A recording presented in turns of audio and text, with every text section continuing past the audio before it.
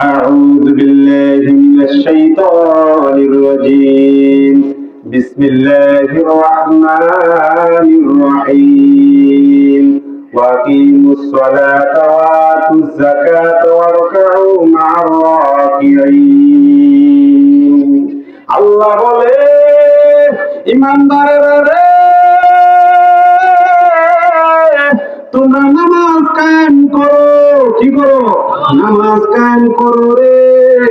এই কথা বলার পর আল্লাহ সামনে আবার বলতেছে ওয়ারকাউ মা'আর রাকিঈন, রুকুকারীর সাথে রুকু করো। একবার তো আল্লাহ বলছে নামাজ কায়েম করো, আবার বলছে রুকুকারীর সাথে রুকু করো। তার মানে তাকিদ বুঝেছে, ঠিক না বলেন? তাকিদ বুঝেছে না? এখানে তাকিদ প্রকাশ করা হয়েছে। ও মুমিন ভাই গো, আল্লাহ তো এই আয়াতে তাকিদ প্রকাশ করেছেন। এরকম 82 জায়গায় স্পষ্ট ভাবে আল্লাহ নামাজের কথা বলছেন, বলছেন না বলেন? অবশ্যই বলেছে। এখন প্রশ্ন হতে পারে কেন আল্লাহ নামাজের কথা এত বেশি বললেন? রোজা আছে, হজ আছে, যাকাত আছে, আছে কিনা বলেন? আর ইবাদত আছে, ওগুলোর কথা বলেন নাই। কিন্তু আল্লাহ কেন কেন রে নামাজের কথা বেশি বেশি বলেছে? বেশি সময় নিব না, একটু খেয়াল করে শুনবেন। আমরা জানি ইসলামের ভিত্তি স্তম্ভ কয়টা? কয়টা? 5টা।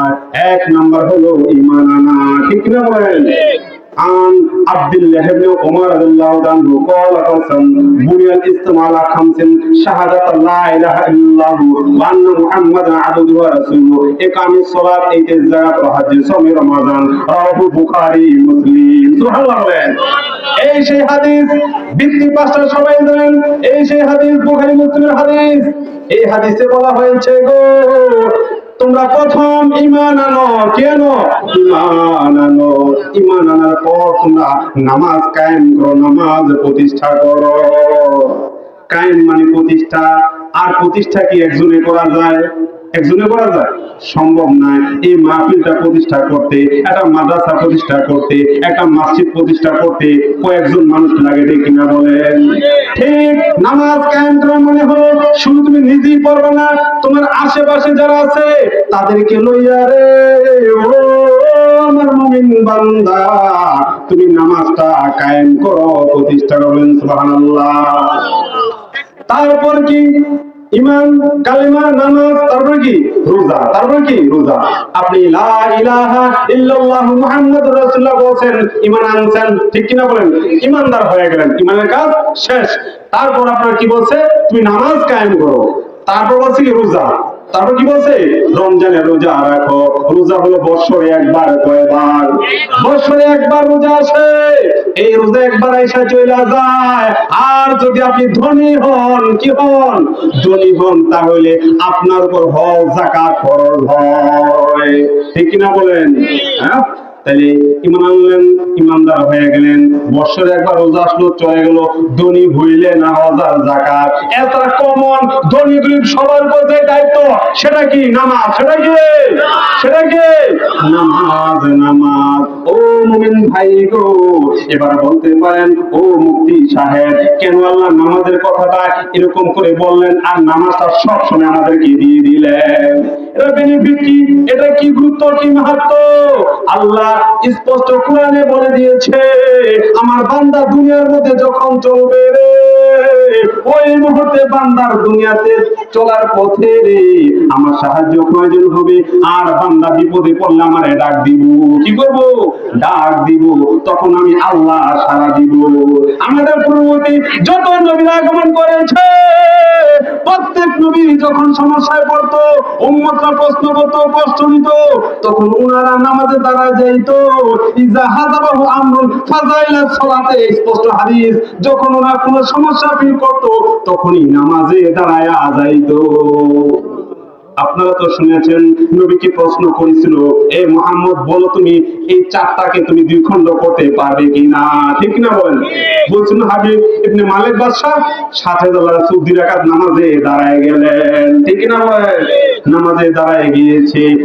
মুমিন ভাই, এই নামাজের জন্য আমাদেরকে বলা হয়েছে দুনিয়ার মধ্যে বান্দা চলবে রে, নফসে আম্মারের তাড়না কইরা, শয়তানের তাড়নায় পইরা, জিন শয়তান মানুষ শয়তানের ফেরে কইরা আমার বান্দা গুনাহ করব, অন্যায় করব, এই গুনাহ থেকে রেহাই দেওয়ার জন্য, মাফ পাওয়ার জন্য মিডিয়া হইল নামাজ। মিডিয়া কি?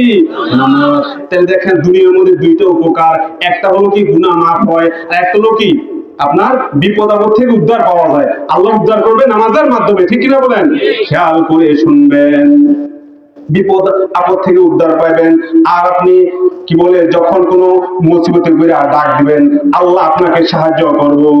এবার নামাজটা কেমন হইতে হইব? কেউ কথা ঠিক নেই। তাহলে আপনি মুসিবতে পড়ে, ভাই আমি বিপদে পড়ছি একটু সাহায্য করো, কেউ আতফাও ধরেন কান্দা দেন কি আব্দুল, ঠিক কিনা কোন? কান্দা দেন না?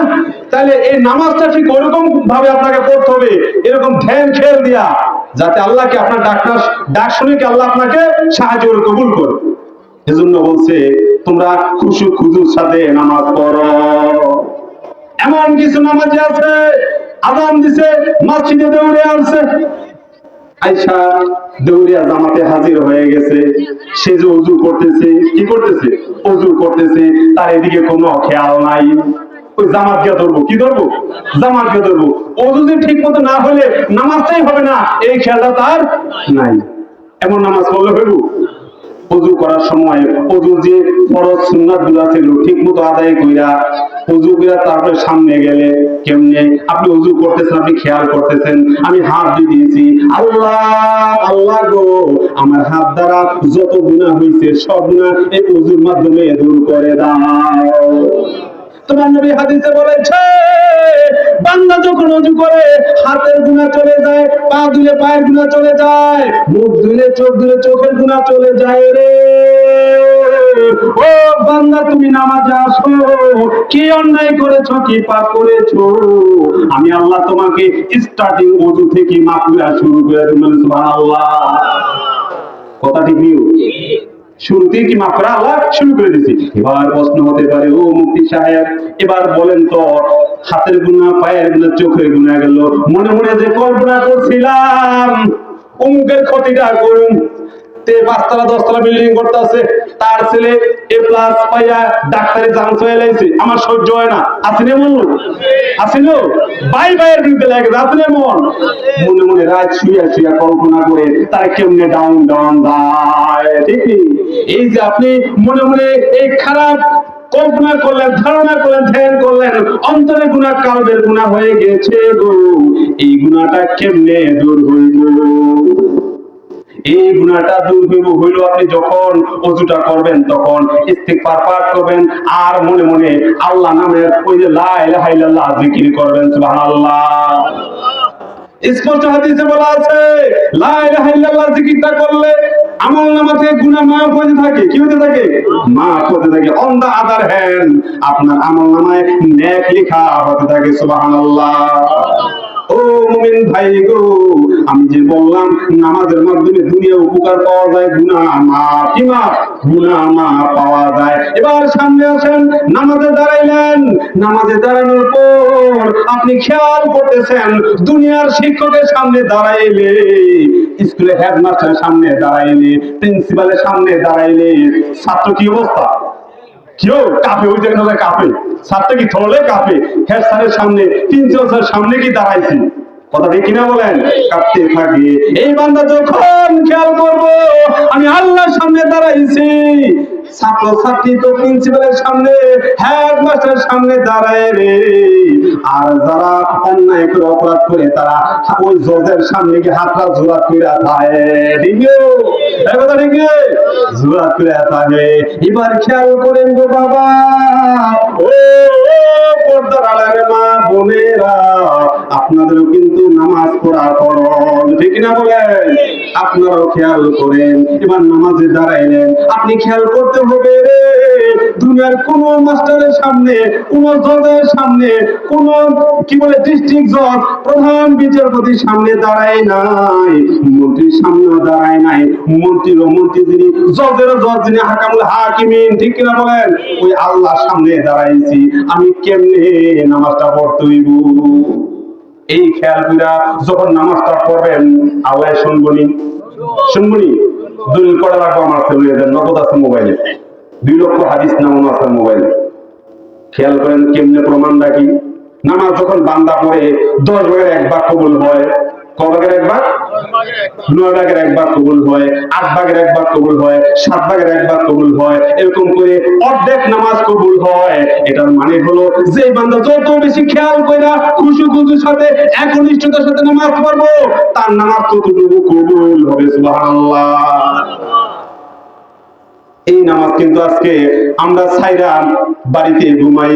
আসলে এমন আসেনি? এই যে মসজিদ করে রাখছে, আজান দিল ইমাম সাহেব ডান দিকে বাম দিকে খোঁজে, জামাতটা করার জন্য 3টা লোক দরকার। কয়টা লোক? 3টা লোক পাওয়া যায় না। এই দুনিয়া কিসের জন্য? নামাজ আপনার মেইন দায়িত্ব। নামাজ আপনাকে আল্লাহ দিছে আপনার উপরের জন্য। আরে নামাজ ছেড়ে আপনি ঘরে ঘুমান, আজান দিয়া ইমাম সাহেব ডান দিকে বাম দিকে চায়, কেমনে জামাতরা হয়? ঘরের মধ্যে ফজর আজান হয়ে গেছে, মুয়াজ্জিন সাহেব আজান দিয়েছে, মুসল্লি না, কেউ নাই। হায় রে, এক মনে লেখা একটা লোক নাই। পর্দার আড়ালের মা বোনেরা, আপনারা আপনাদের হাজবেন্ডদেরকে ছেলেদেরকে পাঠাই দেন না নামাজে। এই তো আজান হয়ে গেছে, যদি বেশি ঘুমের প্রয়োজন হয় তাহলে তাদেরকে বলেন যাও বাবা নামাজ পড়ো, পরবর্তী আবার এসে ঘুমাইতে পারবা। ঠিক কিনা বলেন? ডাকে না ইমাম সাহেবরা? ডাকে ডাকে। তারপরও কিন্তু কিছু লোক ওরা কখন নামাজে আসে না, নামাজে আসে না। এবার নামাজ পড়লে আপনার কি বেনিফিট একটু খেয়াল করে শুনেন। গুনাহ মাফ হইল, যা গুনাহ মাফ হইছে সব গুনাহে সগীরা। কি গুনাহ? গুনাহে সগীরা মাফ হইছে। এখন প্রশ্ন হতে পারে, ও হুজুর বলেন বলেন গো, গুনাহে কবিরা গুলো কেমনে মাফ হইব? গুনাহে কবিরার কারণেই তো আমার অর্ডার হইব তুমি জাহান্নামে যাও। 5 বছরের জেল, 10 বছরের জেল, ঠিক নিও কাস্টডি কারো। এই হুকুম হইয়া যাইব। এই গুনাহ কেমনে মাপ পাইব? যখন আপনি নামাজ পড়বেন, নামাজের মধ্যে খেয়াল করবেন যে আল্লাহ আমার জীবনে যত পাপ আছে সব পাপ আমি সামনে লইয়া এই তোমার দরবারে হাজির হইলাম, তুমি আমারে মাফ করো। মাবুদ, সামনে ইশার করে ফজর পড়তে পারো, কোনো গ্যারান্টি নাই। আছে এমন কত মানুষ আছে আপনার সাথে আমার সাথে গো, ফজর পড়ছে জোহরের টাইমে নাই, মাগরিব পড়ছে এশার টাইমে নাই। আল্লাহ আল্লাহ গো, তুমি যদি আমার গুনাহ মাফ না করো, আমি যদি মইরা যাই উপায় হবে কি? এই খেয়াল কইরা সালাম ফিরাইয়া আপনি পড়তেছেন আস্তাগফিরুল্লাহ রাব্বি মিন কুল্লি যামবি ওয়া আতুবু ইলাইহি লা হাওলা ওয়ালা কুওয়াতা ইল্লা বিল্লাহি আলিয়্যিল আযীম। এই তওবা করলে আর গুনার দিকে খেয়াল করলে পীরে কামিল্লা বলেন সাথে সাথে ওই গুনাহ মাফ হয়ে যায়। সুবহানাল্লাহ বলে। তাইলে নামাজের মাধ্যমে পাওয়া যায়নি মাফ, পাওয়া যায়নি মাফ পাওয়া যায়। ইস্তিগফার পাঠ করার সাথে সাথে আপনার এই গুনাহ আল্লাহ মাফ করে দেয়। চোখের পানি ফলাইতে হইব। আর যদি বড় গুনাহ হয় আল্লাহর কাছে বেশি বেশি কান্না করতে হবে, অনুতপ্ত হতে হবে, আল্লাহর কাছে ছোট হতে হবে, শর্মিন্দা হতে হবে, মনে করতে পৃথিবীতে আমার চাইতে নিকৃষ্ট ব্যক্তি আর কেউ নাই। আর তুমি হইলে আমার একমাত্র গুনাহ মাফ করার অধিকারী আমার আল্লাহ, এছাড়া কেউ মাফ করতে পারবে না। এবার খেয়াল করেন, আপনি যদি ফজরের নামাজ পড়েন, কিসের নামাজ? ফজরের নামাজ পড়েন, নামাজ পড়ার পর জোহরের নামাজ পড়বেন না? তাহলে এই ফজর পড়ার পর জোহর, ফজর এবং জোহরের মাঝখানে, ফজর এবং জোহরের মাঝখানে যে গুনাহ হইছে সব গুনাহ জোহর পড়লে মাফ। সুবহানাল্লাহ বলেন। কি বললে মাফ? জোহর পড়লে মাফ। এবার আপনি যে জোহরের পর আসর পর্যন্ত যত গুনাহ আপনার হয়েছে, আসর পড়লে ওই গুনাহগুলো মাফ হয়ে যাবে। সুবহানাল্লাহ। এভাবে এক নামাজের পর এক নামাজ, এরকম হাদিসে বলা আছে এক জুমা থেকে আরেক জুমা, এক জুমা থেকে আরেক জুমা। প্রত্যেকটা কথা সহিহ হাদিস থেকে বলতেছি, আমার সামনে সব দলিল আছে, চাইলে দেখাই দিতে পারবো। এক জুমা থেকে আরেক জুমা, এই জুমা পড়ছেন, গত জুমা যত গুনাহ হয়েছে সব গুনাহ কি আল্লাহ মাফ করে দিতে পারে। এজন্য বলেছে বান্দারে যেখানেই থাকো, যে অবস্থায় থাকো, তুমি নামাজ পড়ো, নামাজ ছাইরো না। নামাজ কি করো না? নামাজ ছাইরো না। আল্লাহ বলে ইয়া আইয়ুহাল্লাযীনা আমানুস্তাঈনু বিস-সাবরি ওয়াস-সালাহ ইন্নাল্লাহা মা'আস-সাবিরিন। খেয়াল করে শুনবেন, আল্লাহ বলে বান্দা ইস্তাঈনু বিস-সাবরি ওয়াস-সালাহ, তুমি আমি আল্লাহর কাছে সাহায্য চাও ধৈর্য এবং নামাজের মাধ্যমে, আমি আল্লাহ তোমাকে সাহায্য করব রে। বান্দা খেয়াল করে শুনবেন, কুফা নগরীতে একটা কুলি ছিল। এই কুলিটা খুব বেশি আল্লাহওয়ালা নেককার ছিল। এই কুলি প্রতিদিন এক জায়গা থেকে আরেক জায়গায় মাল আনা করতো, কিতাবে লেখে রে। এই কুলিতে এত বিশ্বস্ত ব্যক্তি ছিল, ওই বাজারে দোকানদাররা তার হাতে লিস্ট ধরাই দিত আর টাকা পয়সা সহ দিয়া বলতো, যাও তুমি মুকামে যাও, গিয়া তোমার ওই যানবাহন দিয়া মালামাল কিনা আমাদের দোকানে দোকানে পৌঁছাই দিও। সুবহানাল্লাহ বলেন। এই কুলিটা একদিন রওনা করেছে, মুকামে যাবে।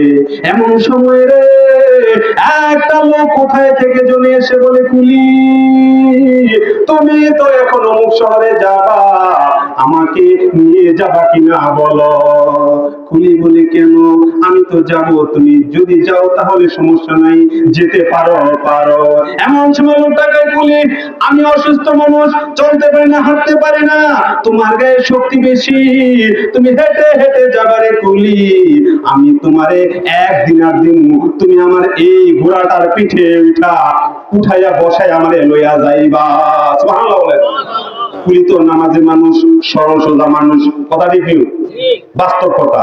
যারা 5 ওয়াক্ত নামাজ পড়ে, দিল থেকে নামাজ পড়ে, তারা সরল সোজা হয়, এস্তেজ বুঝে না, দরবারে গেলে যায়, কারবারে যায় না, হাসামিসাত যায় না। এখন বাস্তব একটা প্রমাণ, আপনারা সবাই বলেন, ভালো মানুষ কোনদিন নির্বাচনে যায় না, এমপি মন্ত্রী চেয়ারম্যান হইতে যায় না, ঠিক যায় না, যায় না। যারা নামাজি আল্লাহওয়ালা, তারা বলে রে, এই দুনিয়া আমার আজকে আছে, কালকে নাই, কি জন্য আমি চেয়ারম্যান, মেম্বার, এমপি হইতে যাবো? দুনিয়ার নাম দুনিয়ায় থাকবো, মরে গেলে খবরে আমার উপায় হইব কি? ঠিক না বলে? এমন সময় রে এই কুলিটা তখন ওই সারের পিঠে উঠে চলেছে, ওই যে লোকটা সারের পিঠে উঠে চলেছে, কুলিও সাথে হেঁটে যাচ্ছে, হাঁটতে হাঁটতে রে এমন সময় এমন একটা জায়গার মধ্যে গিয়ে পৌঁছেছে, যে জায়গাটা রাস্তাটা 2 দিকে গেছে, এদিকে একটা গেছে। এবার ওই যে লোকটা সাথে আছে, এই লোকটা কয়, কুলি তুমি কোন রাস্তা দিয়ে যাইবা? আমি এই রাস্তা দিয়ে যাবো। কেন যাবা? এই রাস্তা দিয়ে আমি সব সময় আসা যাওয়া করি, এই রাস্তাটা আমার চিনা জানা। এমন সময় ও কুলি রে, এই যে রাস্তাটা আছে, এই রাস্তাটা তুমি কোনোদিন গেছো নি? কয় না, আমি কোনোদিন যাই নাই। যদি না যাইয়া থাকো তাহলে আজকে আমার সাথে চলো রে, রাস্তাটা ভালো, অনেক সুন্দর, হাতে সবুজ ঘাস রে। কুলি রাজি হয় না, ওই লোকটা কয় না চলো আমার সাথে, কারণ কুলি তো জানে ওই বাজারের দোকানদার আমার বিশ্বাস করে টাকা পয়সা দিয়েছে, মালগুলি পৌঁছাইতে হইব, এটা আমার দায়িত্ব। এটা কি আমার দায়িত্ব। আর বর্তমানে এমন কিছু মানুষ আছে, তেহা যদি জমা রাখে, আমানত রাখে, এটি কি করে খাইয়া নেওয়া, ঠিক তো? খাইয়া এখন খাইয়ে এলে এমন মানুষও আছে, আমানত রাখে। আর বেটা আমানত না, কিন্তু যদি কয় যে এগুলো কি আমার নষ্ট হয়ে গেছে, চোটায় চলে গেছে, কোনো কিছু করে আছে নাই। আর যে আমানত রাখে, সাক্ষী রাখে, এরও কি টাকা খাইয়া লায়, এমন মানুষ আছে। এবার এই কুলিটা যখন ওই রাস্তা দিয়ে পথ চলতে শুরু করছে লোকটার সাথে, খেয়াল করে শুনবেন, যখন সামনে গেছে রে, কিছু দূর যাওয়ার পরে রে, গভীর জঙ্গলের মাঝখানে গিয়ে রাস্তা শেষ হইয়া গেছে। আল্লাহু আকবার। কুলি দেখা ভয় পেয়ে গেছে, হে আগন্তুক, তুমি কোথায় নিয়ে আসলে আমারে? আমি তো এখানে আসার কথা না, কোন রাস্তা দেখি না রে, তুমি কেন, কি জন্য এখানে আমারে নিয়ে আসলা? ওই সাওয়ারের পিঠে উঠেছিল যে লোকটা, এই লোকটা পকেট থেকে খঞ্জর মানে সূরা বাহির কইরা, ওই কুলি, কুলি রে, তুমি মরার জন্য রেডি হইয়া যাও। নাউজুবিল্লাহ। এবারে কুলি কয়, ভাই গিরে, কুকুরের গলার দড়ি কথা ঠিক নেই, উপকার করলাম মানে তুমি কি কম আমারে, হ্যাঁ উপকারে বলা ফেরবে না। হায় হায় তুমি বলো কি, লোকটা দেখলো স্পষ্ট সে তাকে হত্যা করবে, একদম সে কি ব্রহ্মা পাগলের মতো হয়ে গেছে। এবার কুলি কয় ভাই রে, আমার সাথে যত মাল আছে সম্পদ আছে রে, সব তুমি লইয়া যাও, তবু তুমি আমারে মাইরো না, কি করো না, আমারে মারবা না। এমন সময় ওই কুলি তাকে রিকোয়েস্ট করতে থাকে, কোনো রিকোয়েস্ট সে মানে না, কোনো কথাই শুনে না, উল্টা সে বলে ও কুলি কুলি রে, ওই যে দেখো ওই পাশে কতগুলো লাশ পইরা আছে, বলেন নাউজুবিল্লাহ। তোমার রে কুলি ওই লাশের সাথে গিয়ে সেখানে মিলিত হতে হবে, বেশি দেরি নাই। আল্লাহু আকবার। এমন সময় কুলি কয়, হে আগন্তুক ডাকাত, তুমি আমারে মারবা মারবা, আমার একটা কথা রাখো, খেয়াল করে শুনো রে ডাকাত, যখন মানুষ ফাঁসির কাছে ঝুলে রে, ওই সময় সে ফাঁসির কাছে ঝুলার আগে ওই লোকগুলো, পুলিশগুলো, বাহিনীগুলো জিজ্ঞাসা করে তোমার কোনো ইচ্ছা আছে কি নাই, ঠিক নেই, শেষ ইচ্ছাটা কি কও তোমার। তখন কয় আমার মার এক নজর দেখুন, বাবার এক নজর দেখুন, আমার সন্তান গুলো রে একবার আমি কোলে নিয়া আদর করুন, তারপরে চলে আসবো। এবার ডাকাত কয়, এতই যেমন রিকোয়েস্ট করতেছে, রিকোয়েস্টিং সো মাচ, সে অনেক বেশি রিকোয়েস্ট করতেছে, but I am not expecting his request, তার কোনো রিসিভ করতেছে না। মারবো তো মারবোই, জাস্ট লাস্ট একটা চান্স দিই, কি দিই, only one time I give him chance, আমি তাকে একবার মাত্র সুযোগ দিব, ঠিক আছে তুমি যখন বলতেছে যাও, তুমি কি করতে চাও বলো, তখন বলে ভাই আমি মাত্র 2 রাকাত নামাজ পড়তে, বলেন সুবহানাল্লাহ। কয় রাকাত? 2 রাকাত। ওই জায়গায় বলেছিলাম নবীরা সমস্যা বলে কি করতো, নামাজে দাঁড়াইতো, ঠিক সেই অনুসরণ অনুকরণ গুলি করছে কি, এবার নামাজে দাঁড়ায় গেছে, দাঁড়াইয়া কান্দে, আল্লাহ আল্লাহ গো, এই জায়গার মধ্যে তুমি ছাড়া আমার কেহ নাই, তুমি আল্লাহ আমারে বাঁচাইলেও পারো, মানলেও পারো। সে প্রশ্নের কি খেলা শুরু হয়ে গেছে, কুলি সূরা ফাতিহা পড়ছে, পড়ার পরে রে কুলি আবার কোন সূরাই মনে করতে পারে না, সূরা ফাতিহা পড়ার পর আর কোন সূরাই মনে করতে পারতাছে না। হায় হায় হায়, বিপদের উপরে বিপদ, হ্যাঁ বিপদের উপরে বিপদ, হায় হায়, আরো বেশি কান্না শুরু হয়ে গেছে, আল্লাহ আল্লাহ গো, এই জন্য কি বিপদে পড়লাম, নামাজের মাধ্যমে তোমার কাছে সাহায্য চামু, ইস্তাইনু বিস-সাবরি ওয়াস-সালাহ, আর এখন নামাজই পড়তে পারতেছি না। এমন সময় কুলি কান্না করতেছে, বুক বসাইতেছে, হঠাৎ কুলির মুখ দিয়ে রে আয়াত, কোরআনের আয়াত বের হইয়া যায়, কোরআনের আয়াত বের হইয়া যায়, আম্মা ইয়াজিবুল মুত্তারা, এই আয়াতটা বের হয়ে যায়। কুলি নামাজ পড়তেছি আর খেয়াল করতেছি, তো আমি কোনদিন পড়ি নাই, আমি তো হাফেজ না, মাওলানা না, মুফতি না, মুহাদ্দিস না, আমি আয়াত পড়ি নাই, আয়াতের অর্থ পড়ি নাই, তাফসীরও পড়ি নাই, কেমনি আয়াত আমার মুখ দেয়া বাইরে হইলো, সুবহানাল্লাহ বলে।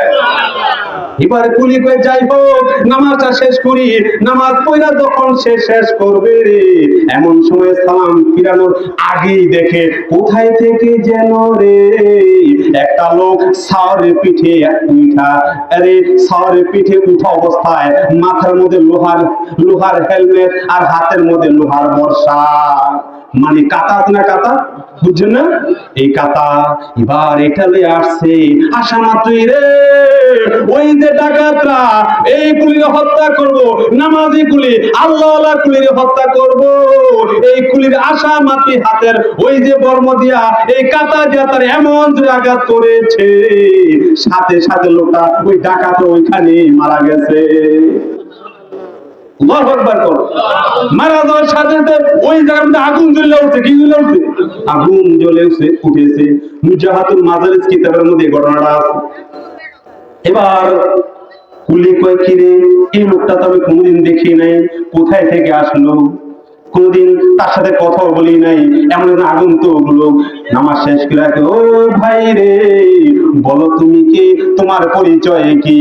এমন সময়কে কুলি যখন তুমি নামাজে দাঁড়ায়া আলহামদুলিল্লাহ করার পর আর কোন সূরা তুমি মনে করতে পারো না, ওই সময় যে আল্লাহ তোমার মধ্যে অটোমেটিকলি কোরআনের আয়াত বের করেছে, ওই আল্লাহ আমারে পাঠাইছে তোমারে বাঁচানোর জন্য। সুবহানাল্লাহ বলে। তাহলে নামাজ পড়লে বাসন যায়নি? যায়নিও বাসন? আল্লাহ বাঁচায়নি? বাঁচায়। নবীদের বাঁচাইছে, সাহাবীদের বাঁচায়, আমাদের কিন্তু বাঁচাইব। তাহলে একটু খেয়াল করেন, যারা নামাজ পড়ে ঠিক মতো 5 ওয়াক্ত নামাজি, তাদের বিপদ আসলে কেমনে দূর করে? যারা নামাজে আল্লাহওয়ালা প্রকৃত, তাদের উপরে বড় বড় বিপদ আসলে ছোট বিপদ কাটায় নেয়। ছোট বিপদে কাটানে আমরাই কই বাইরে ভাই, বাবারে বাবা, বাতিজারে বাতিজা, তোর যে বিপদটা আইছিল আল্লাহ কি করতে বাঁচাইছে। কথা ঠিক কই না? আমরা যে বিপদ তোর আল্লাহ তোর বাঁচাইছে, তোর উপর পিরলিয়া মামলা ময়ূরবে কি আছে? দোয়া আছে। কি আছে? দোয়া আছে। জাগতি বাচ্চা গেছে, ঠিক কিনা কোন? আসলে সে কি ওই নামাজ কিসের মাধ্যমে? নামাজের মাধ্যমে বেঁচে যায়। ও মুমিন ভাই গো, এই নামাজ ছাইরা দিয়া আজকে আমরা ঘরের মধ্যে ঘুমাই, আর আল্লাহর গজব আসে, বিপদ আসে, ঠিক কিনা গো? এই নামাজ ছাইরা দিয়া ঘরে ঘুমায়, ঘরের মধ্যে আজকে নতুন একজন মানুষ আইলে কন্ডিশন দেয়, কি লাগবো? টেলিভিশন নাকি? কেউ টেলিভিশন লাগবো না? শর্ত দেয় টাচ মোবাইল লাগবো। কি লাগবো? টাচ মোবাইল, না হয় টেলিভিশন। টাচ মোবাইল দিতে না পারলে আয় হায়, তুমি কি এর কার কাছে বিয়ে দিছো? মানে ফকির একটা মোবাইল আমার দিতে পারে না, বলে নাউজুবিল্লাহ। আগে ছিল টেলিভিশন, এখন হচ্ছে টাচ মোবাইল। এখন বেশি কি টাচ মোবাইল। মোবাইলে সারাক্ষণ কি বিজি, ব্যস্ত। এর যে ঘরের মধ্যে শ্বশুর শাশুড়ি আছে, এই যে শীতের দিন বৃদ্ধ শ্বশুর শাশুড়ি আপনার শেষ সাথে উঠলে ঠান্ডা পানি উজু করতে পারে না, একটু গরম পানি করে দেয়। হ্যাঁ, তো আমি ওদের টাকা যুবক, ঠিক কিনা কোন? যুবতী, ঠিক কিনা কোন? হ্যাঁ, বয়স কি বেশি নাকি? 90 বছর। তাহলে হ্যাঁ পারে না? পারে। নিজের নামাজ পড়তে পারে, স্বামী স্ত্রী কি করতে পারে, আরে শ্বশুর কি করতে পারে? খেদমত করতে পারে, একটু পানি আগায় দিতে পারে। নামাজ পড়ে শরীরটা খারাপ লাগে, ঘুম লাগবে, আবার ঘুমে যেতে পারে। কিন্তু হ্যাঁ, ওই মোবাইল টিপতে রাত 12টা 1টা বাজে, হ্যাঁ বন্ধু বান্ধব হাজবেন্ড যা আছে সবার লাগে যোগাযোগ কইরা ঘুমায়। ফজরের টাইমে হ্যাঁ ডাক দিলে মনে হয় যেন আমরা হ্যারে গে ডাক দেয় নাকি কলা গাছের ডাক দেয়, কোনো সারা শব্দ কিছু নেই। কথা ঠিক নেই, কোনো সারা শব্দ পাওয়া যায় না। একদিন আছে না? নাই। আমার মা বোনেরা, এতক্ষণ তো আমার বাবাদেরকে বললাম, সবার জন্য কমন বললাম, আমার বাবারা এই দুনিয়ার মধ্যে আল্লাহ সাহায্য পায়। আপনিও গো মা বিপদে পড়লে, মুসিবতে পড়লে আল্লাহকে ডাক দিলে, নামাজ ঠিক মতো পড়লে আপনিও কি করবেন? এরকম আল্লাহ রহমত পাইবেন। কি পাইবেন? রহমত পাইবেন। স্পষ্ট হাদিসে বলা আছে, ওয়ামুর আহলাকা বিসসালাতে, তোমার পরিবারের পরিজনকে নামাজের আদেশ করো, নির্দেশ করো, নামাজ পড়তে বলো। নামাজ যদি তাকে পড়তে না বলো, তাহলে তোমাকে জিজ্ঞাসা করবে সে কেন নামাজ পড়লো না, তুমি কেন তাকে বললো না, কেন তুমি তাকে বললো না। আল্লাহ বলেন, আকিমিস সালাতা তারাফাইন নাহারি ওয়া যুলাফাম মিনাল লাইল ইন্নাল হাসানাতি ইউযহিবনাস সাইয়্যাত। কুরআনের আয়াত। কিসের আয়াত? কিসের আয়াত? কোন বেড়ার ক্ষমতা নাই এখানে দাঁত বসানোর মতো, আছে নাকি? আল্লাহ বলছে, খেয়াল করেন, আকিমিস সালাতা তারাফাইন নাহারি যুলাফাম মিনাল লাইল। আল্লাহ বলছে দিনের কিছু অংশে, রাতের কিছু অংশে নামাজ আদায় করো, নামাজ কায়েম করো। মানে ওই যে আকিম, কায়েম কি করো? আকিম ওই হলো জমা মুজাক্কার, আমরা হাজির সিগা, তোমরা কায়েম করো, প্রতিষ্ঠা করো। এখনো কি আল্লাহ কায়েম করতে বলছেন? কেন কায়েম করবা? ইন্নাল হাসানাতি ইউযহিবনাস সাইয়্যাত, নিশ্চয়ই নেক কাজ ওই বদ কাজগুলোকে, পাপগুলোকে দূর কইরা দেয়। সুবহানাল্লাহ বলে। কোথায় কইছে আল্লাহ? কোরআনে। কোথায় কইছে? তো এতক্ষণ আমি যা কয়ে গেলাম, এটা কি গাজিকারে ভূতি হয়েছিল? কোরআনের কথা মতো কইছি? কোরআনের কথা মতো কইছিল? তাইলে বাবারা, ও বাবারা, কথা তো বলতেছি আমি যদি এরকম করে নামাজ পড়তে পারি, আপনারা আমার জন্য দোয়া করবেন, আমিও আপনাদের জন্য দোয়া করি, কথাগুলো যেন সবাই আমল করতে পারি। এই জন্য আল্লাহ বলছে, বান্দারে নামাজ পড়ো।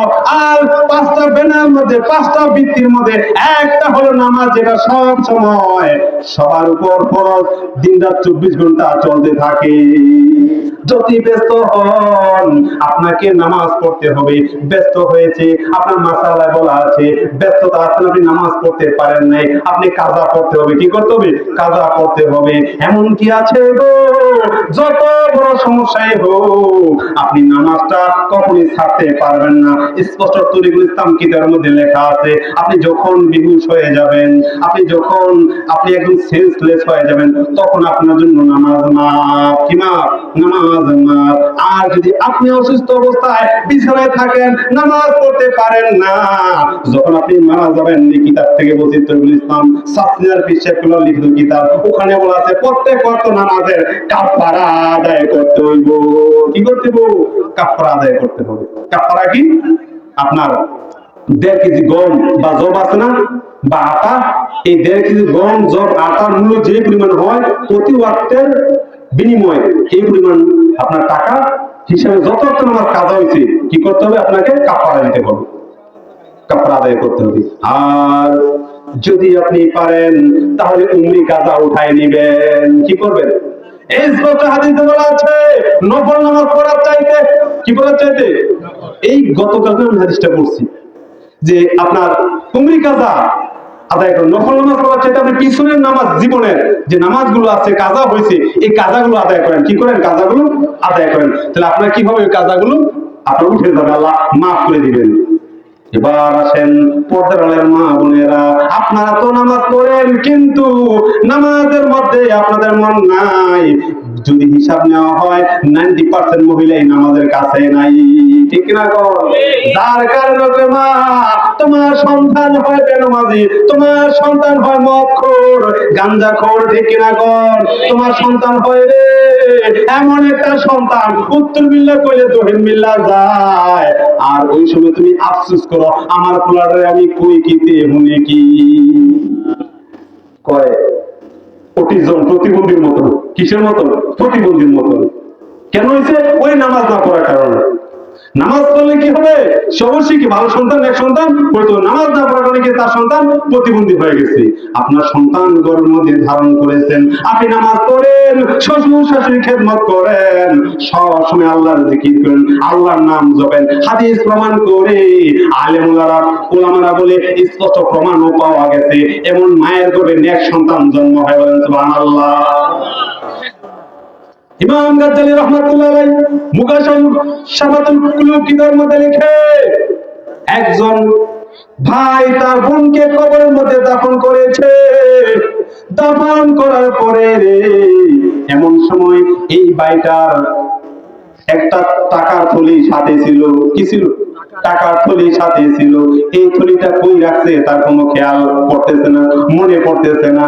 পর্দার আড়ালের মা বোনেরা গো, খেয়াল করে শুনো গো মা, ও বাবা, আপনারও খেয়াল করে শুনেন, মেসেজ দিচ্ছে আপনাদেরকে। এবার এই ভাইটা টাকার থলি কই হারাইছে, খুঁজা পায় না। ঘরের মধ্যে রে, এই রুমে ওই রুমে, এদিক ওইদিকে খুঁজতেছে, টাকার থলি পায় না, পায় না।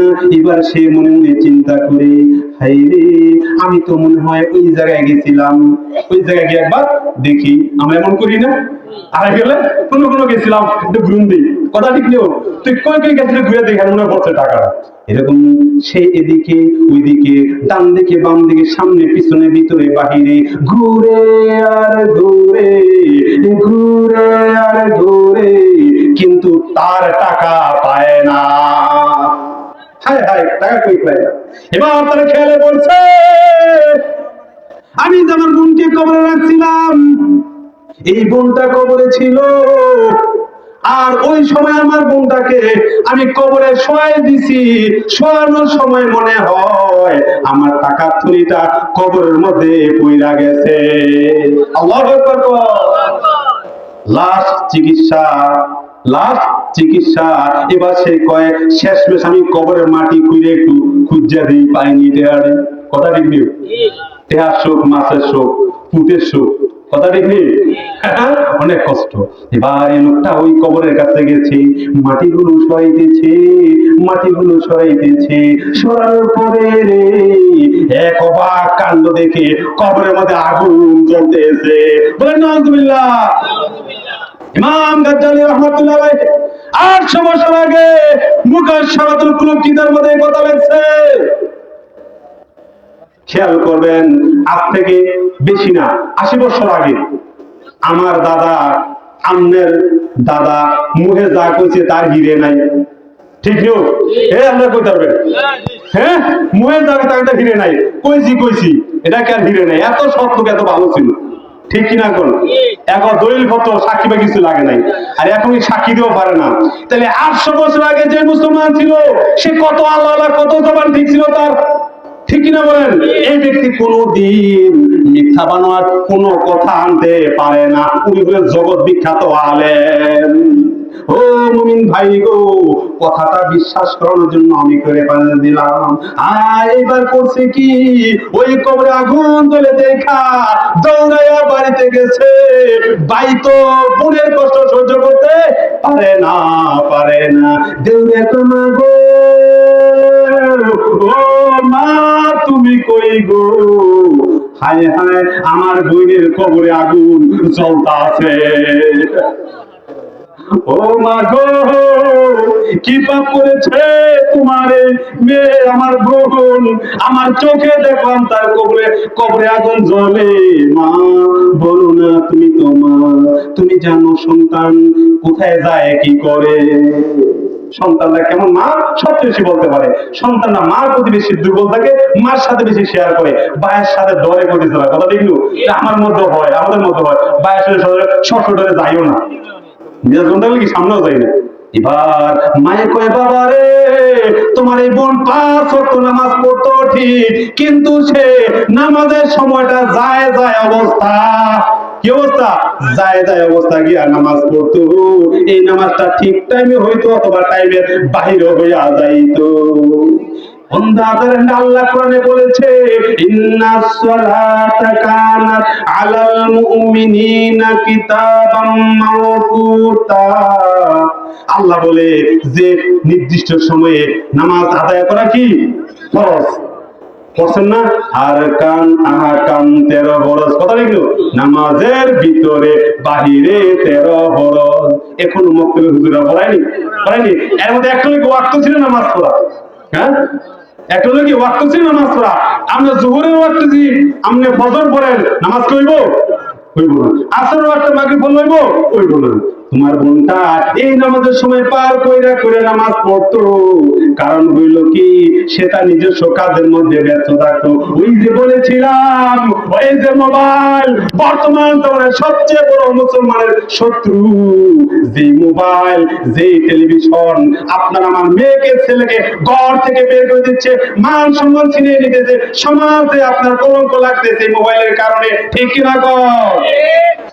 এই মোবাইল দেখতেছে, নাটক চলতেছে, স্টার জলসা, জি বাংলা তো গেছে, কারণ নতুন কি জানি আইছে করতাম না, কারণ টেলিভিশন আমরা দেখি না।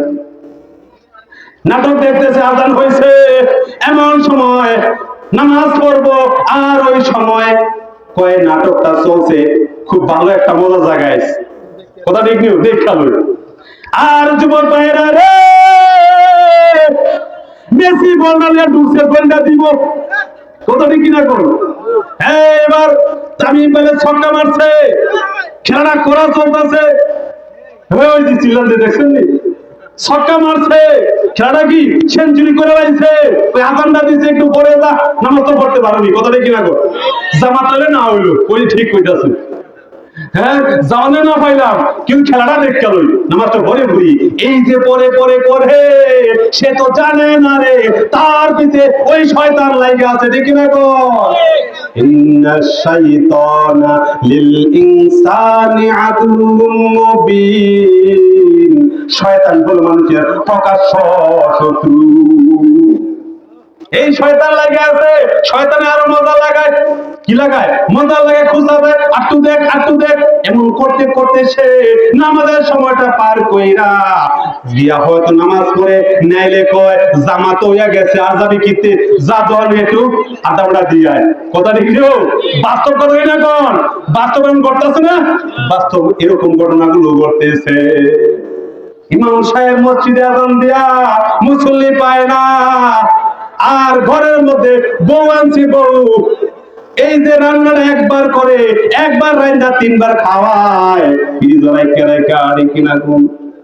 কিছুদিন আগে আমি নেটে পড়লাম যে যে ফ্রিজে খাবারটা খায়, ফ্রিজে খাবারটা খায়, একদিন রান্না 3 দিন খায়, এই খাবারটা খাইলে কিডনি ড্যামেজ হয়ে যায়। আপনার নিশ্চিত সহজে বুঝবেন একটা খাবার আপনার ভালো কতক্ষণ থাকে, 4 ঘন্টা 5 ঘন্টা। এটা রিয়াল যে আপনার এলিমেন্টস এবং এনার্জি অথবা যে প্লাজমা গুলো আছে এগুলো, এটার ভিতরে যে আপনার শক্তি এনার্জি আছে, এগুলো সব ভালো থাকে কয় ঘন্টা? 5 ঘন্টা সর্বোচ্চ রিয়েল। তারপরে এটা নষ্ট হয়ে যায় অটোমেটিকলি। কিন্তু ওই সময় যদি এটাকে আদার হয়ে ঠিক রাখতে চেষ্টা করে, প্রকৃতি ঠিক থাকবো থাকবো থাকতো না। যার কারণে ওই যে আপনার ফ্রিজে রাখে, ফ্রিজে কি আপনার জোর করে কি করতেছে, ওই পচাটারে মানে পচা গন্ধতে বাঁচাইয়া, পচা গন্ধ থেকে বাঁচাইয়া মানে খাওয়ার মতো টাটকা দেখাইয়া তাদের খেয়ালা, খাইলে স্বাদও পাওয়া যায় না। ঠিক না গো? হ্যাঁ, স্বাদও পাওয়া যায় না। এমন ওই বউ আনছি, এই বউটা আনছি রে, পোলারে কত কষ্ট করে লেখাপড়া করাইছি, পোলা চাকরি লইছে, চাকরি লইয়া আসে, এবার টাকা পয়সা জমাইছে, জমাইয়া একটা নতুন বউ ঘরে আনবো। ছেলে খেয়াল করে বাবা মা বৃদ্ধ হয়ে গেছে, কাজ করতে কষ্ট হয়, আমার একজন ঘরুণী দরকার। ঠিক না গো? এই নিয়ত করে ঘরে আনে, আর এই যে রংমালা, এই রংমালা করে আইয়া খালি রং রং করে। কি করে? রং রং করে। সকালে লাল, বিকালে নীল, রাত্রে কি আরেক রং পোশাক করে, পোশাক করে মোবাইলে কেমন করে, ঠিক নিও তাস করে একটা তিল্লা ছেড়ে দেবে যুগে। এই দেখেন তো আমাকে কেমন লাগছে, বলে নাউজুবিল্লাহ। বাস্তব কিনা গো? হ্যাঁ, বাস্তব কিনা বলেন? হ্যাঁ, কত বড় পাপের কাজ। সে নিজের সৌন্দর্য নিজে সাইজা গুইজা মোবাইলে সাইডে আরেকজনে দেখায়, অথচ মহিলাদের একটা পশম দেখা কি হারাম জায়েজ না। এবার দেখেন সে একদিকে তো সে শ্বশুর শাশুড়ির খেদমত করলো না, আরেকদিকে সে মোবাইল দিয়া ছবি উড়িয়া ওই রং রং কইরা পাপ কামাইলো। আর ওইদিকে ওই যে ছেলেটা যখন বাড়িতে আসে আইসা দেখে বাবার মুখটা কালো, মনটা ভার ভার হইয়া গেছে। কিছু কয় না কি, আরে কয় যদি বউরে চাপ দেয়, কি দেয় চাপ দেয়, তাহলে বউকে বাইরে বাইরে যাবো। ঠিক কিনা কোন? হ্যাঁ বেশি নামাজ পড়ে, হ্যাঁ নামাজে আল্লাহ, হ্যাঁ আমার আনছে কিপ্তে, কথা ঠিক? হ্যাঁ রাবে বলছি বিয়া করতো, ঠিক কিনা বল? এমন চাপে পড়ে যায়। ও মুমিন ভাই গো, এই নামাজ আমাদের অত্যন্ত গুরুত্বপূর্ণ একটি নামাজ। হচ্ছে নামাজ কে বলো না কাজ আছে, কাজ কে বলো আমার নামাজ আছে। ঠিক না বলে? ফজর কাটে ঘুমের ঘরে, জোহর কাজে কাজে, আসর কাটে খেলাধুলায়, মাগরিব মাঝে মাঝে। ঠিক না গো? এই নামাজের গুরুত্ব এজন্য বলা হয়েছে। এই নামাজ ফরজ করা হয়েছে এজন্য, দুনিয়ার মধ্যে আপনি কি পাবেন? শান্তি পাবেন। আপনার নামাজি বউ আনলে সে নামাজ পড়বে, সে নিজে শান্তি পাবে, আপনি শান্তি পাবেন, ছেলে শান্তি পাবে। ঠিক না কোন? ঘরটা হয়ে যাবে জান্নাতের টুকরা, জান্নাত হবে। শ্বশুর শাশুড়ি গিয়ে দেবো, আল্লাহ দিয়েছে আমার একটা বউ, কি দিছে? একটা এমনি তো কয় যাকে ভালো বউ করে একটা বউ দিছে, আল্লাহ আমার মণিপুত্রে মণি বউ মিলাই দিছে। মাশাআল্লাহ, ডাক্তার দেওয়ার আগে কি করে হাজির হয়ে যায়। হ্যাঁ, আমি সকালে উঠলে পানি কথা করার আগে গরম পানি রেডি হয়ে যায়, নাস্তা খাবার চাওয়ার আগে সামনে রেডি হয়ে যায়। কি সুন্দর, আবার নামাজ পড়ে, আবার কোরআন শরীফ পড়ে। ঠিক কিনা বলেন? কি সুন্দর নামাজ পড়ে। ও মুমিন ভাই গো, এতক্ষণ তো যা বললাম দুনিয়ার মধ্যে বেনিফিট পাইলেন। কি পাইলেন? দুনিয়ার বাস্তব প্রমাণ, দুনিয়ার মধ্যে উপকার পাইলেন। এবার কবরে গেলে কি হবে? নামাজ না পড়া, হ্যাঁ কবর গেলে কি হবে? নামাজ না করে উপায় আছে? উপায় নাই। আল্লাহ বলে ফাওয়াইলুল লিল মুসাল্লিন আল্লাযীনা হুম আন সালাতিহিম সাহুন। আল্লাহু আকবার। ধ্বংস ওই সমস্ত নামাজীদের জন্য যারা নামাজের ব্যাপারে কি উদাসীন হয়ে যায়। সুবহানাল্লাহ ওয়ালহামদুলিল্লাহ লা ইলাহা সুবহানাল্লাহ লা ইলাহা ইল্লাল্লাহ। Thank you. সুবহানাল্লাহ লা ইলাহা ইল্লাল্লাহ। পাখির কণ্ঠে তোমারি গান শুনলে জুড়ায় আমারি প্রাণ। ঠিক না গো? পাখির কণ্ঠে তোমারি গান শুনলে জুড়ায় আমারি প্রাণ। তাই তো আমিও জপি সুবহানাল্লাহ লা ইলাহা ইল্লাল্লাহ। সুবহানাল্লাহ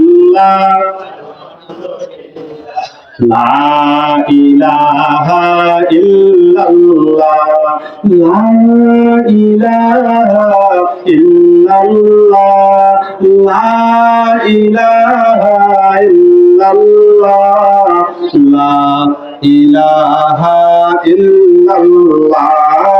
সুবহানাল্লাহ লা ইলাহা ইল্লাল্লাহ।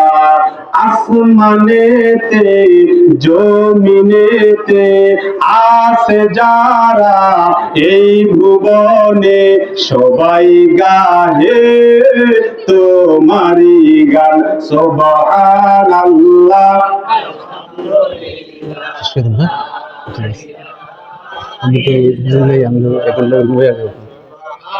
আল্লাহ আলহামদুলিল্লাহ লা ইলাহা ইল্লাল্লাহ লা ইলাহা ইল্লাল্লাহ মুহাম্মাদুর রাসূলুল্লাহ সাল্লাল্লাহু আলাইহি ওয়াসাল্লাম। সবাই দোয়া করবেন। আসসালামু আলাইকুম ওয়া রাহমাতুল্লাহি ওয়া বারাকাতুহু। মাশাআল্লাহ আলহামদুলিল্লাহ।